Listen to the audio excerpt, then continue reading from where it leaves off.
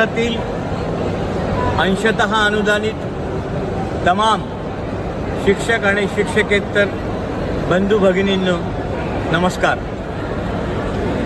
काल माननीय मुख्यमंत्री महोदय, माननीय शिक्षण मंत्री महोदय, वित्त सचिव, नियोजनचे सचिव, शिक्षण सचिव आणि शिक्षण विभागातले सर्वच कर्मचारी यांची एक मॅरेथॉन मीटिंग झाली।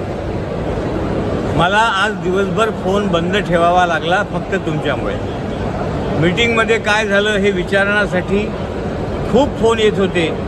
शेवटी मला काम करणं शक्य झालं नाही म्हणून मुद्दामून मी फोन बंद ठेवला। मीटिंगमध्ये रहाटे काका माझ्यासोबत उपस्थित होते, त्यांना मी घेऊन गेलो होतो। मीटिंगमध्ये आमदार ज्ञानेश्वर म्हात्रे, आमदार जमू अभ्यंकर, आमदार किशोर दराडे, माजी आमदार दत्तात्रय सावंत,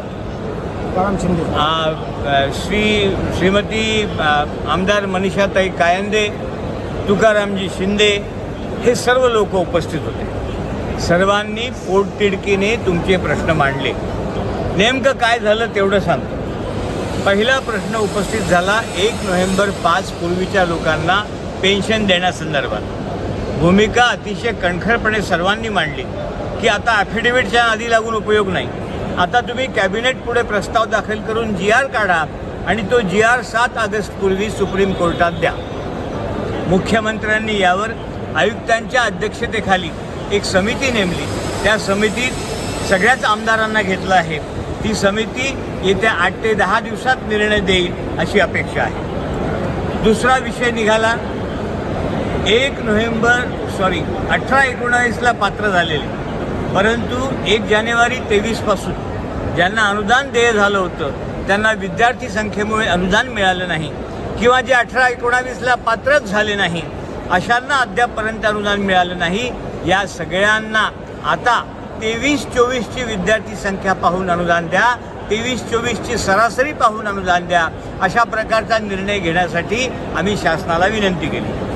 त्यावर मी तुम्हाला सांगतो की आता जो नवा टप्पा मिळणार आहे, टप्पावाढ, ती देखील 23-24ची विद्यार्थी संख्या पाहून मिळणार आहे। त्यामुळे आता जुने जे राहिले आहे त्यांना देखील 23-24ची पाहून संधी द्यावी अशी विनंती होती। यावर मुख्यमंत्री महोदय, शिक्षण मंत्री महोदय यांच्यासोबत बराच वेळ चर्चा झाली, वाद झाला। शेवटी मुख्यमंत्र्यांनी अशा सूचना दिल्या की कमिशनरांनी या संदर्भात इथे उपस्थित असलेल्या आमदारांशी चर्चा करावी आणि एक 8 दिवसात अहवाल शासनाकडे द्यावा, म्हणजे साधारणतः कमिशनरचा अहवाल आल्यानंतर 23-24ची विद्यार्थी संख्या शेवटच्या वर्गाची किंवा 23-24ची विद्यार्थी संख्येची सरासरी पकडून तुम्हाला अनुदान देय होईल। तिसरा विषय झाला टप्पावाढ। टप्पावाढ परत एक वेळा सांगतो, 23-24ची विद्यार्थी संख्या पाहूनच मिळेल। टप्पावाढ डिसेंबरपासूनच मिळेल। मला अनेक फोन येतात, आचारसंहितेपूर्वी एक तरी पगार आमच्या खात्यात जमा होईल का? याचं उत्तर आहे स्पष्ट नाही। जूनपासून मिळेल परंतु डिसेंबरला मिळेल अशी परिस्थिती आहे। आणि मुख्य मुद्दा लक्षात घ्या, यावर चर्चा करताना असं ठरलं की मंत्रिमंडळापुढे हा प्रस्ताव न्यावा लागणार आहे। वास्तविक पाहता मंत्रिमंडळापुढे प्रस्ताव नेण्याची गरज नाही, परंतु तरीही शिक्षण मंत्र्यांनी सांगितलं की त्रुटीचा प्रस्ताव 107 कोटी रुपये मागणीचा आणि नव्याने टप्पा देण्याचा प्रस्ताव, हे दोन्ही प्रस्ताव एकत्रितपणे आम्ही मंत्रिमंडळासमोर ठेवतो आणि मंत्रिमंडळाचा निर्णय झाल्यानंतर यावर शासन निर्णय काढून देतो।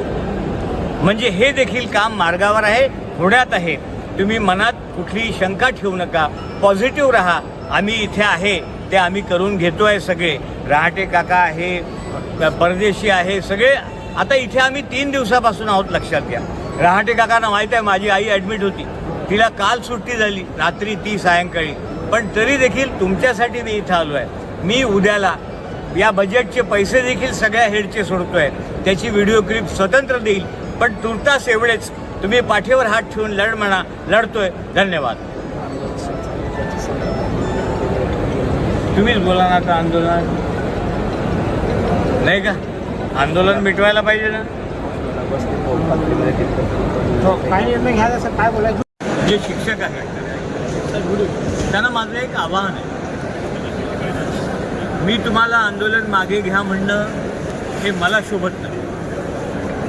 पण तरी देखील तुम्ही जो काही क्लेश करता आहे, स्वतःच्या शरीराला त्रास देऊन, अन्नत्याग करून तुम्ही हे जे काही तुमचं मांडणं सरकारसमोर मांडण्याचा प्रयत्न करता आहात, याला सरकार कितपत दाद देईल या बाबतीत मी साशंक आहे. परंतु काल जे झालं ते मी तुम्हाला यापूर्वी सांगितलं आहे.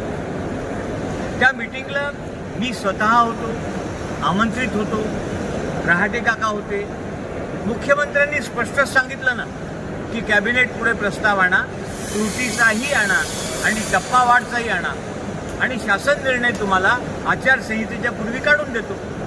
मग इतकं सगळं सांगितल्यानंतर महाराष्ट्राचे संवेदनशील मुख्यमंत्री आहेत, ते हे नक्की करतील, शासन निर्णय नक्की काढतील आणि याच्यासाठी फॉलोअप ठेवायला आम्ही आहोत ना सगळे. आम्ही सगळे इथेच आहोत. त्यामुळे माझं तुम्हाला आव्हान आहे, तुमच्या सगळ्या सहकाऱ्यांशी चर्चा करून तुम्हाला जर उपोषण मागं घेता आलं, तुम्हाला जर तुमच्या शरीराचा क्लेश न करता आला तर मला आनंद होईल. बघा, विचार करा. धन्यवाद.